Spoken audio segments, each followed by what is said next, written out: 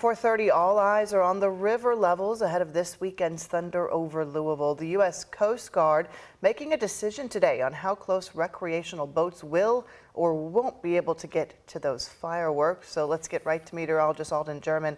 Alden, we know rising river levels have been a little bit of a concern after all of that rain last week. So what are we learning now about how it's going to impact Thunder? Well, we talked to the U.S. Coast Guard this afternoon, and they tell us that they had a meeting this morning about river levels and have made the decision to close the river from Duffy Landing in Jeffersonville to Cox's Park just off of River Road in Louisville. That's a 3-mile stretch, and unfortunately, the Coast Guard says any boats outside of that area will not be able to see the fireworks. You may, however, be able to hear them. This is all for safety reasons. The good news, however, they are not closing off any part of the Great Lawn. So let's look now at what those current river levels are at the McAlpin upper gauge. This is near the Great Lawn there. Currently sitting just under flood stage. The minor flood stage is 23 feet. Currently the river is at 19.5 feet, but as you saw there, it is running a little bit high as we were looking at the Belle of Louisville, and those river levels are going to continue to decrease as we head through this weekend and into tomorrow. But